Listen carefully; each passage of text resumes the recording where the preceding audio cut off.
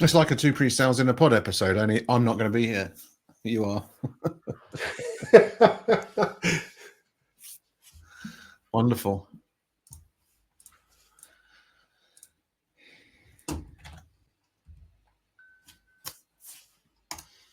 Thank you, everyone, for joining us for Mastering Buyer Enablement Strategies and Steps for Success with Mark McKinley, my good friend and co-host of Two Pre-Sales in a Pod.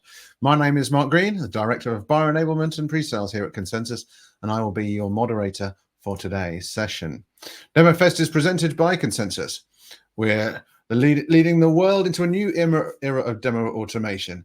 Our platform gets your buyers what they want when they need it and multiplies your revenue team's impact with unique insights on those buyers. As a result, you'll see faster close times, larger deals, and higher close rates. You can learn more at goconsensus.com or view the automated demo in the Docs tab on the right of your screen. We encourage you to participate in today's session. On the right-hand side of your console, you can see a few ways to engage with us throughout the session. The chat function will allow you to engage with us as well as other attendees. Throughout the session, you may see a few polls. We encourage you to participate as your feedback is important to us. Our speaker will be taking questions from the audience at the end of the session, but we encourage you to ask questions at any time through the Q&A box. If you visited a session with me before, you know we're going to be diving into that Q&A box. If at any time you're having technical difficulties, head to the gear icon at the bottom of your screen. And here you will see a help document, the troubleshoot common issues. And now I would like to introduce your speaker today, Mark McKinley, Director of Be Smart Consulting. And with that, we'll turn the rest of the time over to you, Mark. Very much, Mark. And I shall just try and get the old screen share working.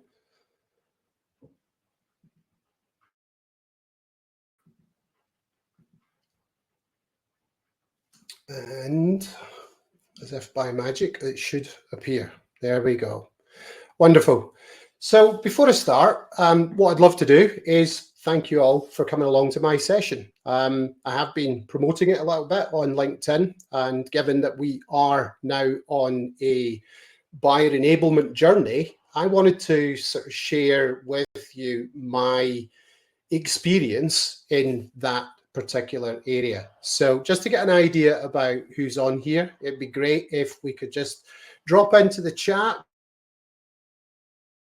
where everybody's coming from, and maybe what sort of role you're on. I can see Lydia's there. Tony, very much looking forward to this as well, and to your Stoic presentation a little later. Can't wait to hear about that. Whilst that's going on, and Mark is going to have a look at it, what I wanted to do was just start off with a little bit of one of my all-time favorite quotes, because I feel as if it's apt for today. And that is that there is a great difference between knowledge and wisdom. Knowledge is knowing that tomatoes are a fruit. Wisdom is knowing not to put them in a fruit salad. And my goal today is to hopefully impart not just knowledge, but combine that knowledge with experience, and thus impart wisdom for you to take forward. So why do I make such a bold claim? So what I wanted to do was just give a little bit of background to me. I've been at this game, as the colour of my hair and beard probably shows, for quite some time. And I've had a bit of a varied career that's seen me sit on both sides of the table. My career started back in procurement and supply chain, where I was a junior buyer, a senior buyer, and ultimately became a supply chain and procurement leader. I've been in the technology side of implementing enterprise software, both as a business consultant and as a project manager. And then I moved into the world of pre-sales, probably about 2 decades ago. And during that 2 decades, I've seen a tremendous amount of change. I've done sort of core ERP solutions. I've done edge solutions. I've been in the cloud. I've been on the cloud. And I've genuinely taken servers in the boot or the trunk of my car to customer locations the night before and set up conference rooms to be able to do demos the next day. So when I talk about applying knowledge and experience, hopefully to create wisdom, it is based on quite a lot of experience. So given my background is in both buying and selling, I've seen a huge amount of change in this current wave of what we're calling buyer enablement. And it's actually because of the intersection and having sat at both sides, it's something I genuinely have a passion about. And hence the reason I've started my own business to look at buyer enablement. And I want to take you through today 3 areas of it. I want to talk about making sure that we define what we mean by buyer enablement. And maybe there's a little bit of this will be repetitive from previous sessions. I'm sure there's some extra stuff that I've got in here that isn't. But what I then want to do is once we've all got our bearings and we're clear on what we mean by buyer enablement, I want to then talk about how could we implement it? It doesn't just happen, right? We need to be intentional about it. So how could we go about creating a plan to implement it? And that implementing something new from something that we do today means that there's something in the middle called change. And change typically brings challenges. And that's where I really want to talk to you a lot about my experiences, my personal experiences, about what those change hurdles and challenges can be and some of the methods to overcome them. So let's take a look at the starting point. And basically what I want to do here is make sure that we all get our bearings set and that we're all on the same page about what we mean by buyer enablement. And quite frankly, nobody puts it quite so succinctly as Gartner. And that is to simplify your buyer's purchase process and empower your sellers to deliver value, right? I mean, it's as simple as that. The problem is that that buyer journey is pretty complicated. And there's a somewhat infamous depiction of the buyer journey that Gartner produced a number of years ago, which showcases and highlights what their journey can be like internally. And what I want to also talk about is if we're doing buyer enablement, if we are simplifying that complex process for the buyers, we're all doing that, right? I mean, there's lots of us presenting a common and consistent view of thought leadership and subject matter expertise. There's lots of us inciting the need for change. There's lots of us talking about the problems that need to be addressed. There's lots of us talking about solutions for those problems or the benefits that this role or that role could have by using those solutions. And then we can talk about the business case and the ROI and the TCO to apply that. Oh, and by the way, we're better than everybody else because of this. So there's lots of us doing that. And with this being the modern digital age, there's lots and lots of channels for us to communicate with the buying group to make their job easier. And every channel sort of lends itself to different mediums of communication. We've got the traditional documentation and long form copy. We've got social media or email and short form copy. We've got videos. We've got interactive tools. So there's lots of us with lots of channels. And we're all making the buyer's job easy, right? Now, I want to just see by way of the poll and what's going on in the chat, is this the truth? Are we all collectively making the buyer's job easy? And if we are, then I suggest that we probably run on to one of the other sessions like Julie, Malcolm's or Natasha's. If we're not, and I haven't described your current go-to-market, then hopefully now we can start to share some of that knowledge. Now, on LinkedIn, I want to back up what I'm saying here with real facts. And I want to give you 3 facts to take away, maybe even write them down just for future reference. Fact number 1 is that on a recent Gartner research paper of B2B buying preferences, the survey found that 75% of buyers prefer a rep-free sales experience. So I'm not so entirely sure that that's end-to-end rep-free. I think that people still buy from people, but what we've got to think about is how that rep-free experience lends itself to self-service buyer enablement or digital purchases. And if we sort of go into that in a little bit more detail, let's think about what we're trying to do when it comes to respectfully simplifying that buyer's journey. Essentially, it comprises of 3 key stages: the understanding of the need, the learning of the potential solutions, the commitment and the buying of those solutions. And if that mutual commitment is established, then a customer journey starts.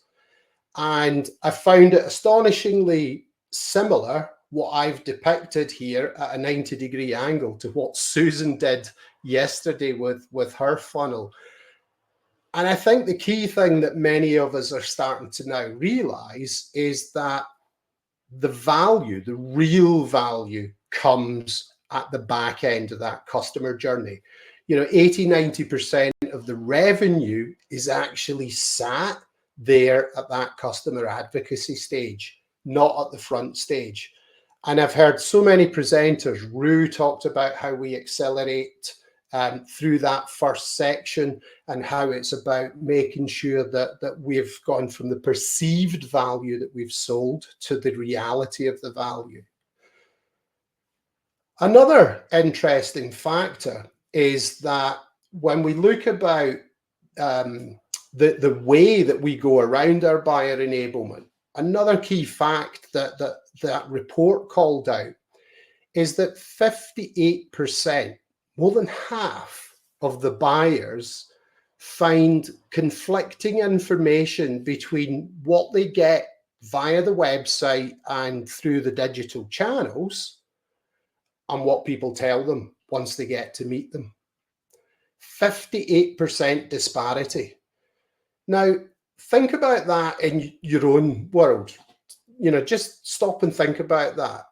Does your buyer journey from that company awareness and everything that's going on via social media and event marketing and corporate marketing filter down to product marketing, where we're talking about solutions and product fact sheets and things like that, and then function all the way through SDRs, AEs, solution engineers?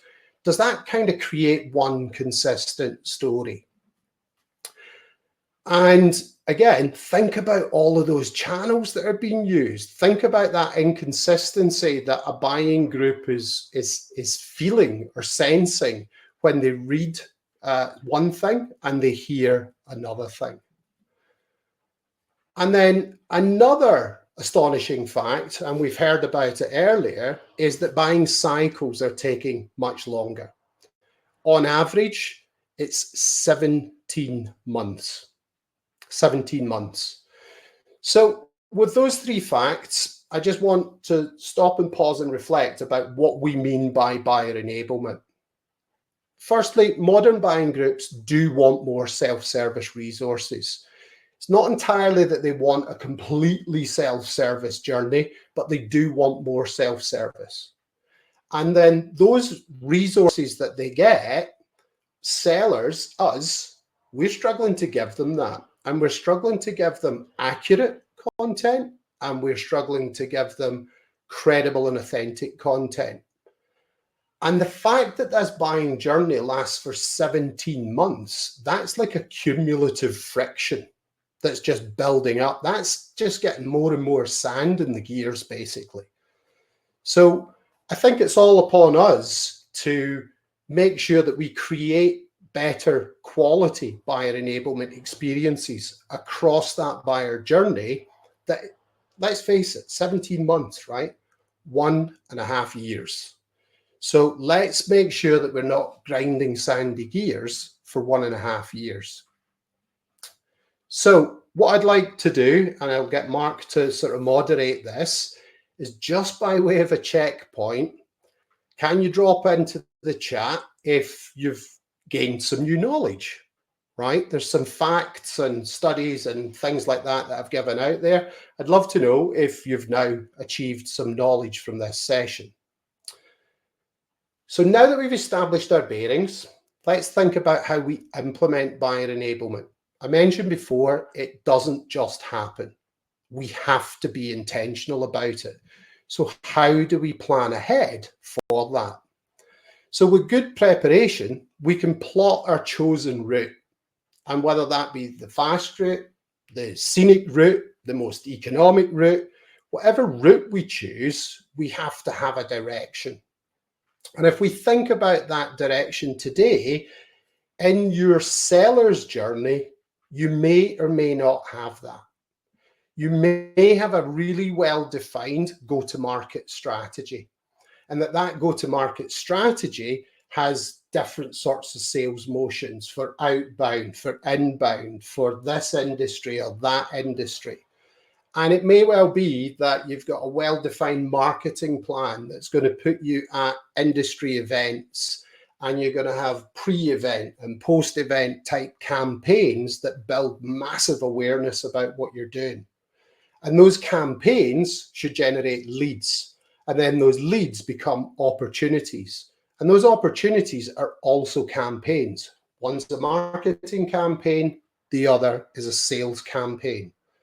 And then once we've got that, we're into then what's the assets that we're going to be giving the buying group as a result of that campaign, whether it's at an event, whether it's at a marketing event, or whether that's at a sales event, whether that's virtual or whether that's in real life. And there's lots of us as part of a big unified commercial engine that's going to be giving out those assets and distributing those assets. And clearly we want to be driving engagement. Now, that may or may not be a well-oiled commercial engine in your organization. And there might be different parts of maturity depending on where you are, right? I've just put some little indicator slides on there. The reality is that across that seller's journey, often organizations are good at one bit and maybe lacking in another bit. But the reality is that that seller's journey is a bit clunky. And we could spend all day going through the details of that previous slide and really breaking it down through various segmentation dynamics. But I'm going to pick a couple of examples on that that really lie at the intersection and heart of buyer enablement. And the first and most important step of buyer enablement is understanding your buyer. Why are they even talking to you? Or why do you want to talk to them? And where are they on their buying journey? So there's 5 words that really apply here. And that's why, and why. And that is a well-documented thing called the 5 whys. And if you go Google it, go research it, etc., it's a fantastic little framework or tool to use. But what I want to sort of really hone in on is that there is this thing called the 4 levels of buyer pain.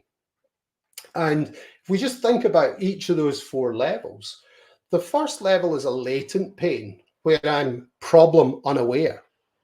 And therefore, if I'm problem unaware, I'm solution unaware. Level 2 is that I've got admitted pain. So I'm problem aware, but I'm solution unaware. And then there's level 3, which is I'm both problem and solution unaware. It's just not a priority. And then there's buyer level 4. And you can actually take, and again, this is kind of documented, right? This is not me making this up. And you can plot those 4 levels of pain onto the buyer journey. Level 1 is, I'm not aware of the pain. And that's where your target account selling, that's where your outbound is working. Again, just by way of a sort of short summary, could I get everybody on the call, think about the last 2 quarters and think about the engagement that you as sales engineers, pre-sales, solution consultants, etc. Which level of buyer pain is the most common for your first ever engagement? And let's just try and take a look at what that would be.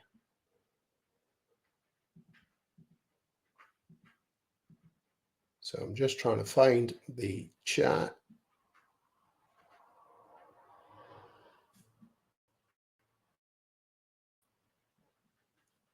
Okay, I'm going to assume that quite a lot of that is probably at level 3 and level 4.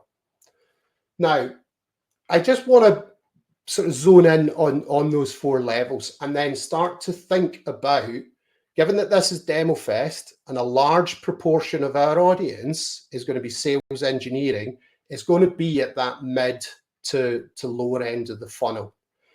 And if we look at why we're talking to the the buying group, and if we look at what assets we typically provide to the buying group, and if we think about who is the resource pool creating those assets and how we distribute those assets, then it's clearly going to be demos, right? That's my target audience here is demos. So demos are consistently one of the top valued assets by the buying group as they seek to understand and learn more about potential solutions. And if we actually plot this out on a graph with the x-axis logically representing time from left to right and the y-axis representing self-service at the lower part, the human touch at the higher part. And let's actually walk through that from a demo perspective. And if we think about it, this is where your vision demo could be used. It's for buyer level pain 1. It's for definitely people that are problem unaware, certainly solution unaware. And you can use this to drive awareness and stimulate interest. And of course, it could be self-service content. Now, if we sort of think about how interest perhaps then builds, we now move into level 2, buyer pain level 2, where we're starting to get a little bit more detailed. It's going to be persona targeted content. It's going to be probably relevant to that industry because you need to drive credibility and authenticity. You need to demonstrate that you understand that industry and that person within the industry. And if we think about what then happens is that things are starting to get serious, right? We're going to break out of self-service mode now in the buying group. We kind of want to reach out. We want to speak to someone. So we don't want to necessarily commit to intense discovery questions or interrogations just to get a demo. You say that you understand our industry and you're clearly experts about your solutions. Why don't you come and show us that? And we'll have a chat. So it's a discovery and demo. And if we think about the next stage, that's where the buying group really starts to get interest. Buyer pain's now at level 3. And that's where they as a buying group will have separated the wheat from the chaff, and they'll know which solutions they don't want, but the due diligence will now start to kick up a gear. They'll now be starting to think about different things about your solution. They'll want to understand the overall enterprise architecture and how your solution is going to fit into the existing enterprise estate. And what about data flows and how would users interact with it? And what about integration or data residency and security, etc.? And there's probably so much that they want to learn and understand, but so little time in order to do that. And that's where your frequently asked questions, again, could be digitally deflected. They could be put into self-service content. They could be referenced in the technical in-person sessions, but things like basic workflows, approvals, user authentication, integration with SSO, etc., those could just be simple, frequently asked question type videos. And if we think about the next stage, this is where the podium places are now up for grabs. And top spot is probably predicted, but certainly needing to be ratified by the executive team.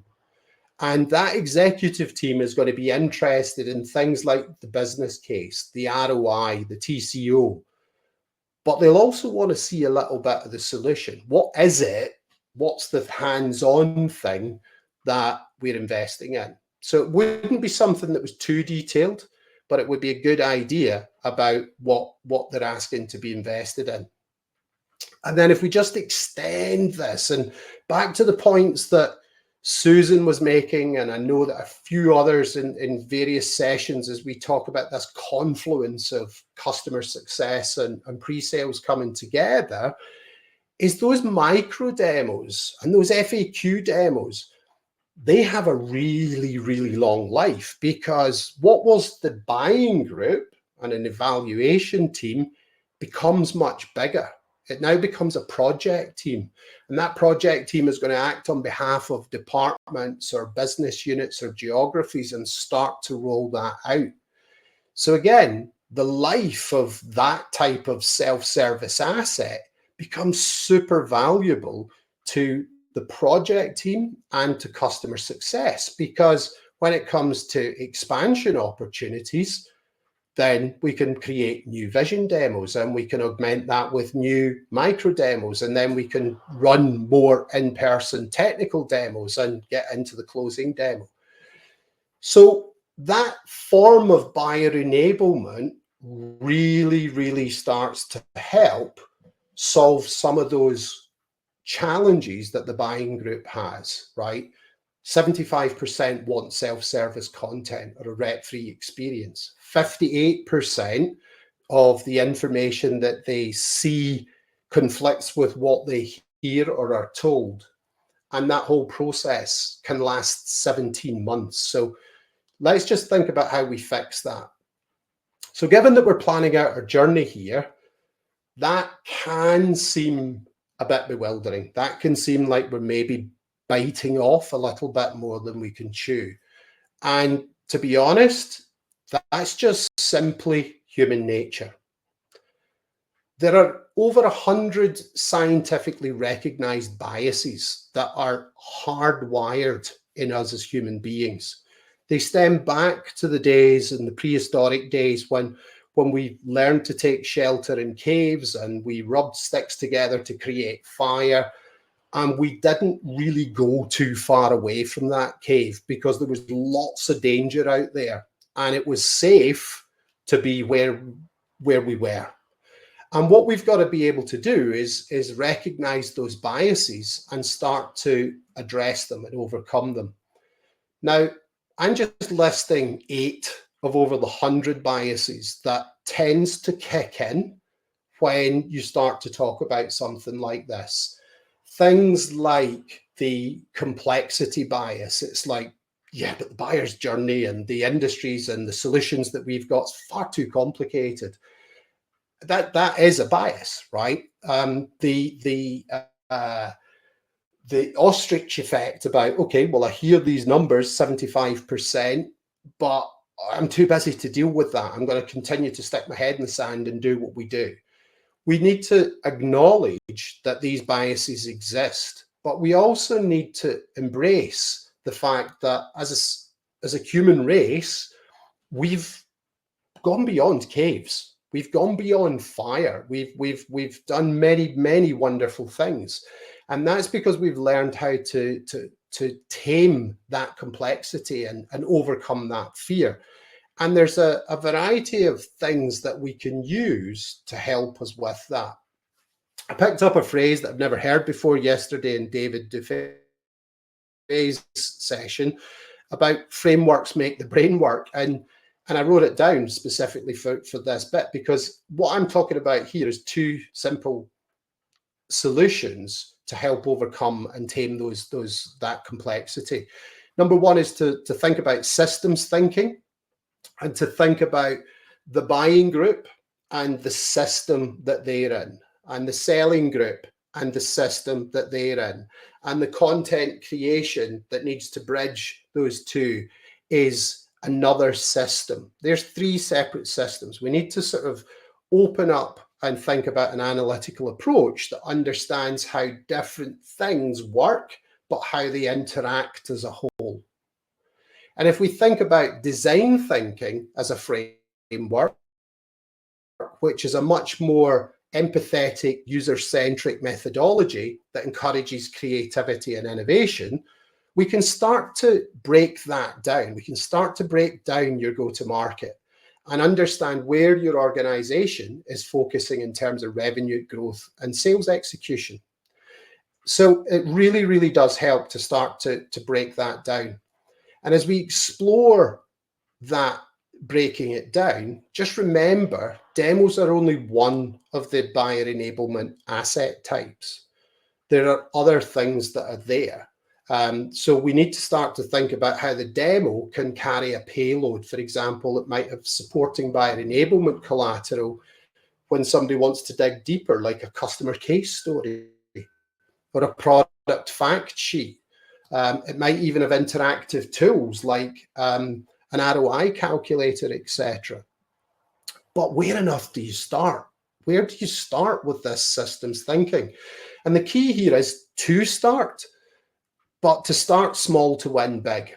And my couple of tips here are to think about the complexity of your solutions and the processes that they support, or your solutions and the modules, and then the industries that they get applied to, and then to think about the personas that would use those solutions.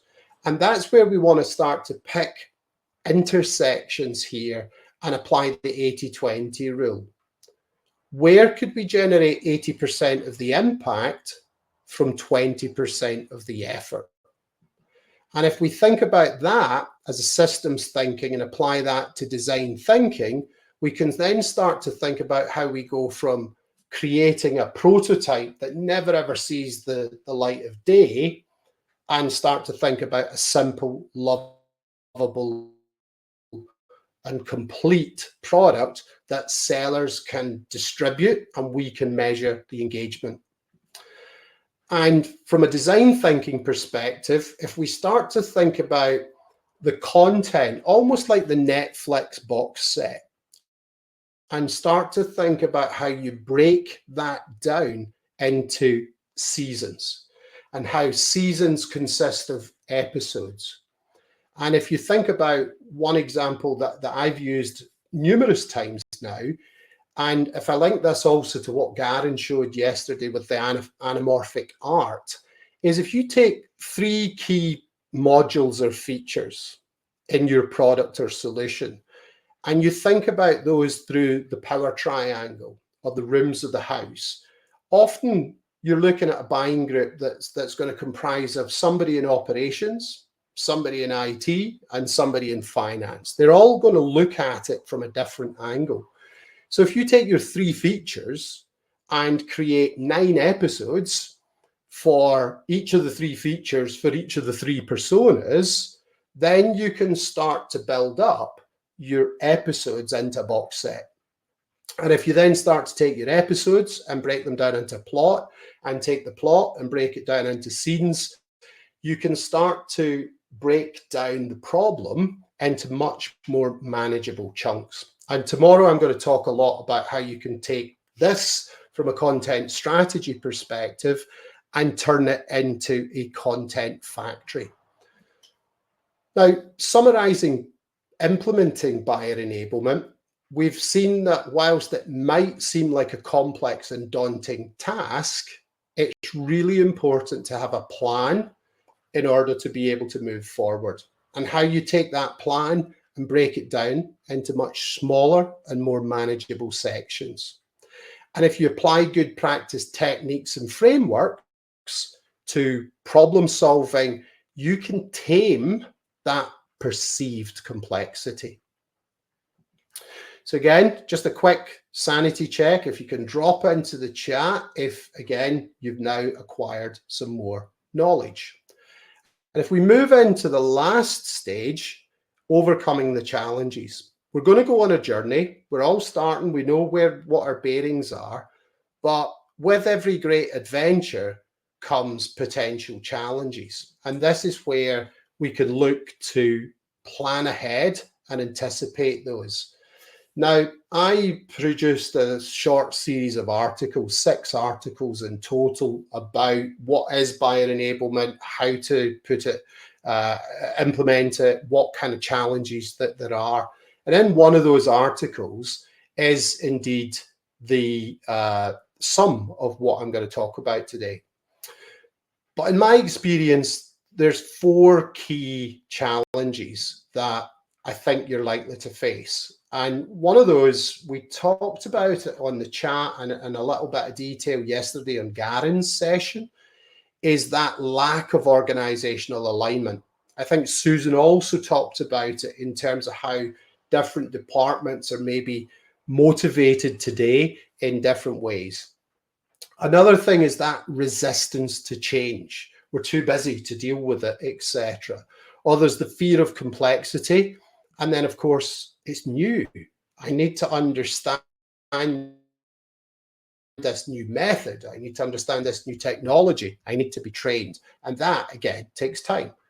So if we think about how we plan ahead for these challenges, the first of those challenges, I think,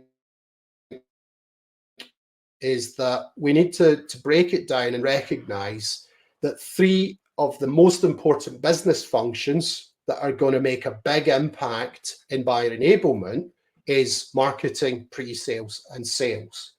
Between those 3 functions, we have the ability to try to solve that 75% of buyers want a rep-free experience. 58% of the information is conflictory, and it takes 17 months. By all means, we've still got our volumetrics and our value and our conversion rates, etc., that are our individual measurements, but we've got to overcome those. And I think, and I mentioned it yesterday, and it may be a little bit controversial, who cares? Who actually cares in your organization about that 75%, about that 58%? And who's caring enough about it that they're taking the responsibility to fix it? And I think the reality is it's a shared responsibility. And that's where we need to move towards that collective effort. You know, as individuals, we're all great musicians and we can all play a great song or tune or whatever. But as we come together as a section, do we still work together?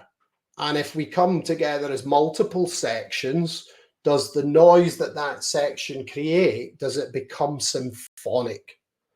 And I think that's where we need to get that alignment to go from a cacophony of individual musicians to a symphony of an orchestra.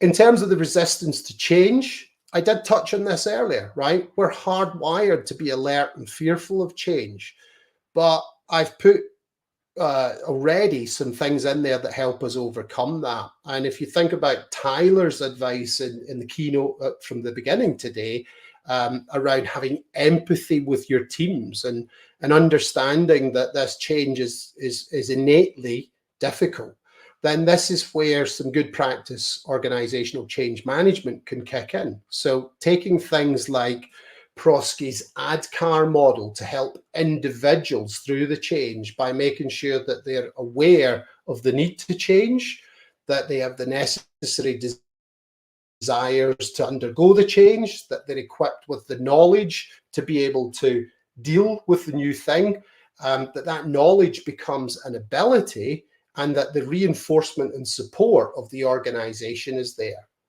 or Cotter's eight-step model for organizational change, which is about the collective responsibility of sales, marketing, and pre-sales to create the climate for change, engage and enable the organization, and implement and sustain the change.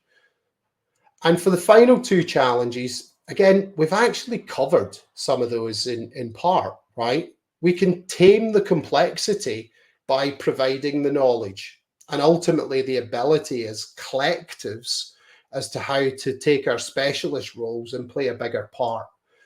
So whilst we're great soloists, we need to come together as a section and ultimately as an orchestra.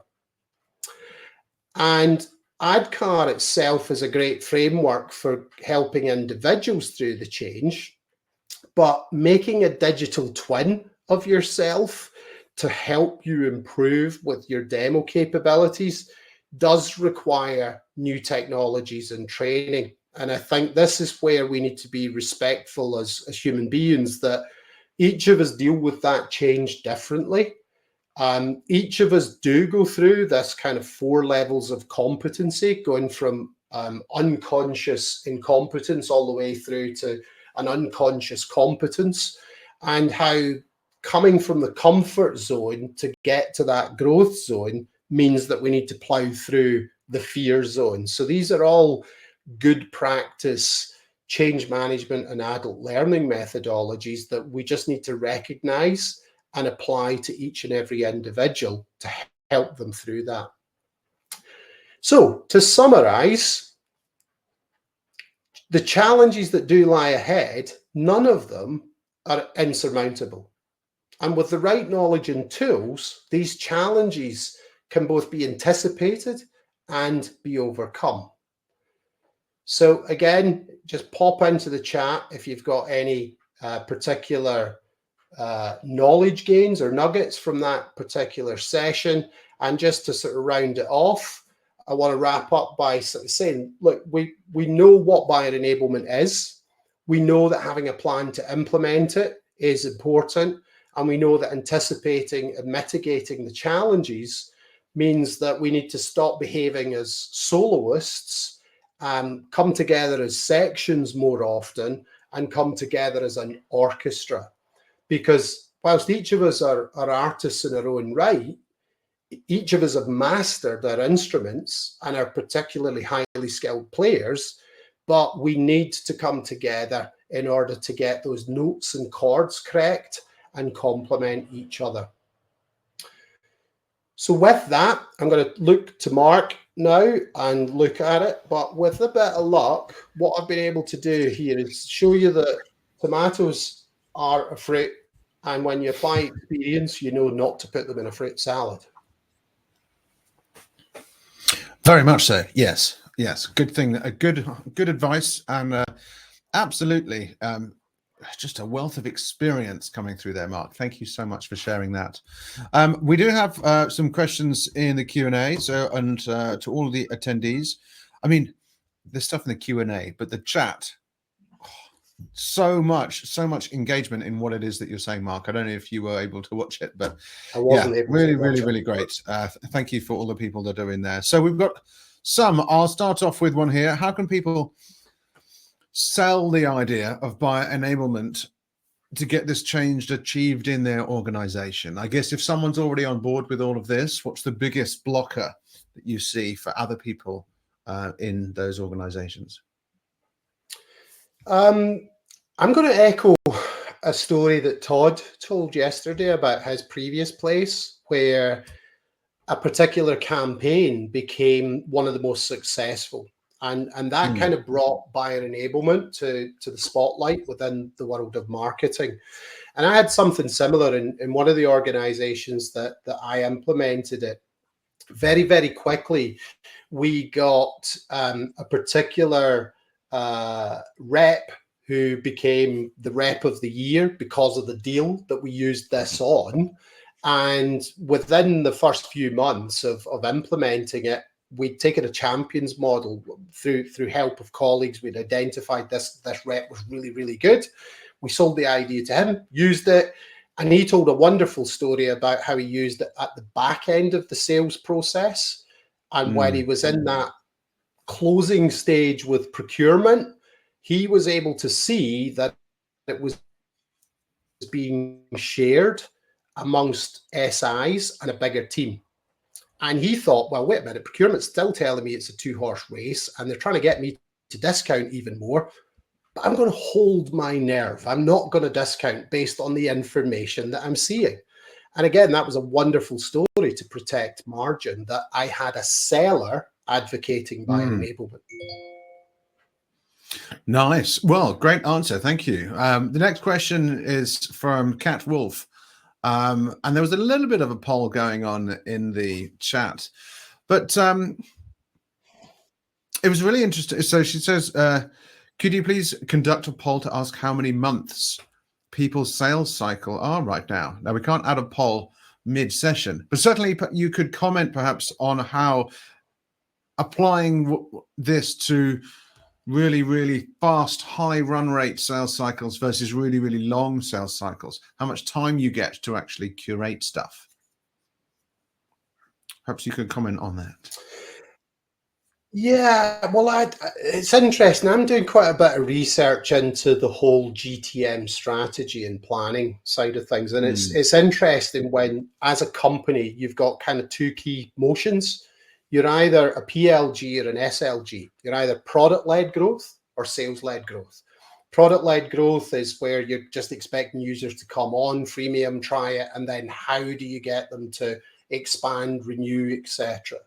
versus sales-led growth. And SLG, where especially you're selling into the enterprise accounts, I do not for a minute doubt that 17 months. My procurement experience going back 30 years, McKinsey had the 7-step sourcing process. And if you now look at all of the steps, they still apply. But if you now look at all of the stakeholders internally involved in all of the steps, it's got so complicated. And in one organization where I brought consensus in, I personally, as the champion, as the mobilizer, had to manage 47 stakeholders in my organization to get it in. Okay, well, that is a lot. Yes. So we've got three more questions. So what steps do you take to build for the present strategy whilst planning for future strategies? It's a great point. And one of the lessons that I learned is to try and get video as a means into the hands of many people early. And one of the best ways to do that is that the vision and the micro demos scares a lot of pre-sales people, because staring at that blank sheet of paper and going, how the hell do I do a demo when I've got no guardrails? That's scary, and that requires collaboration, and that takes time. But what you can do is your technical demos, your live demos that you're doing today, do two things: create a pre-demo experience and create a post-demo experience. And what I mean by that is 7 days before your demo, pop a video in. Hey, it's Mark here. Looking forward to meeting you next week. The plan is that we're going to talk about this, this, and this based on, I see what kind of feedback and engagement you've got. I love to then open the live demo with that and just do so who's seen the content that we've put in? And that alone is absolute gold dust, because you get some people that put their hand up and you're looking at them going, I know you haven't seen that. We now have trust issues. So I think that that's a really great way of measuring the authenticity of the individuals within your buying group. And then the post-demo experience allows you to take the highlights of what was done in the live event and send it up as a follow-up point. It just creates another conversational piece and something that can be measured. Excellent. Thank you. Yes. So imagine you don't have a buyer enablement department.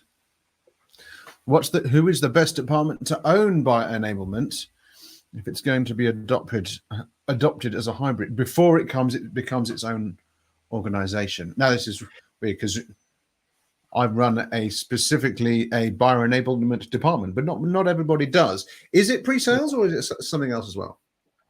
I think it's a shared responsibility. I think I loved what Todd said yesterday, and that's that as much as it might pain us, solutions and pre-sales tech is kind of getting lost and consumed or subsumed into MarTech, as we're seeing with the category of demo automation. And that's fine because marketing have budget. Pre-sales don't have budget. But I think it's a shared responsibility for fixing that 58% disparity between what gets produced and what people hear. And I just think that these organizations need to come closer together. I don't think you'll get a separate organization that does that. And I sort of liken it, being an old manufacturing guy, if we think about the old traditional method of manufacturing, where the Japanese manufacturing, or the TPS, the Toyota production system, revolutionized it. We used to do, I put together this and I just throw it together and I push it down the line, and the next person has to do all the rework and fix it. But when you put that in a conveyor belt system and you remove the quality manager from it, and the next person down the line hits a big button and the red lights go off and people swarm it and go, why can't you produce? It's because of them. We need to take that kind of approach of shared responsibility and accountability as a unified commercial engine. Absolutely. Great answer. Absolutely great. Thanks also for the support there in terms of the value of my department. Last question is, what is the... Right, well, it was a similar sort of thing. What is the strategy for putting together a best practices design that includes multiple departments involved with the sales cycle? So maybe it's an extension then of what you were just saying. What's best practice to go and create that design? So I think that's where you take systems thinking and design thinking. You have empathy with each of the different departments and the systems that they operate within. And then you use design thinking to bridge those systems. And you take the outside system that's basically saying 75%, 58%, 17 months, and you look at it and you say, this is all a common problem for us all. Let's figure out a way of connecting our systems. And that's where I would do design thinking based sessions that do buyer journey mapping, persona mapping, look at the solutions relative to those personas, look at the stages, the buyer pain, and you start with that ideation and design thinking. And then if you are a consensus customer, tomorrow I'm going to talk about how you take that content strategy and create a little content factory, whether that be a dedicated team or whether that be a decentralized team, which is most common. And we all pull on the rope in the same direction. Nice. Right. Last question before we go. How do you assess the multiple numbers of buyer stakeholders and who needs what or which enablement? Thank you, Fiona, for that question. That varies, right? It varies on what you're selling. It varies on what industry it is. It varies on what value you're going to charge for it. And it changes based on the risk that business would have trying to implement it. But I think that you've always got three key decision makers. You've got the person who's going to get the most use from it, and I call that kind of operations. You've got IT, because I'm assuming that most of what we're selling is information technology, and that will need to go through sets of due diligence, etc. And then you've got finance, because when those two agree, they're going to have to then get finance to agree this is worth paying, either through OPEX or CAPEX.